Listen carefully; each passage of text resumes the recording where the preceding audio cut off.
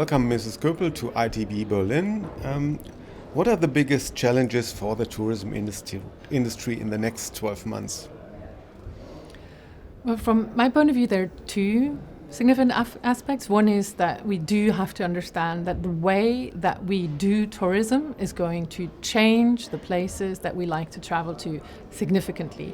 And unless we reduce the over-consuming way of organizing tourism, the places will look very, very differently in 10 to 20 years.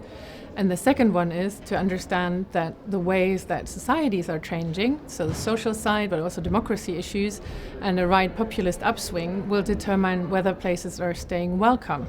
Because we are all foreigners in different places of the world, and we should understand that we shift from being locals to foreigners wherever we cross a border. And this could be something that influences our way of behaving towards the ones that don't look like ourselves. So how should the industry or the respective markets segment respond to these issues?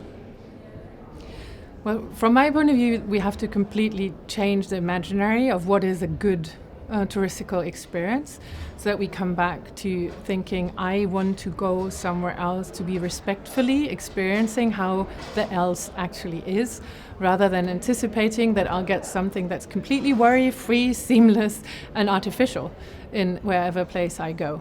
So it's much less of I'm escaping from something and turn back to understanding we're going to somewhere.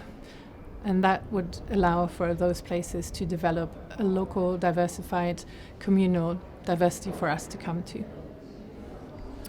Are there already current best practices concerning these challenges?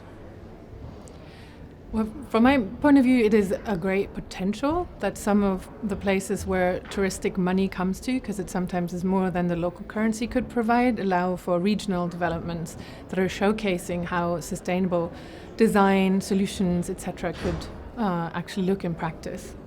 And some even do that as a whole island. So I've been to El Hierro, which has declared we want to be a fully renewable island. We want to have our energy sources from here. We want to make sure we circulate our water, and we want to make sure that we're regenerative with the way that we use our soils. So we have those places that can be lighthouses and role models for others to learn from.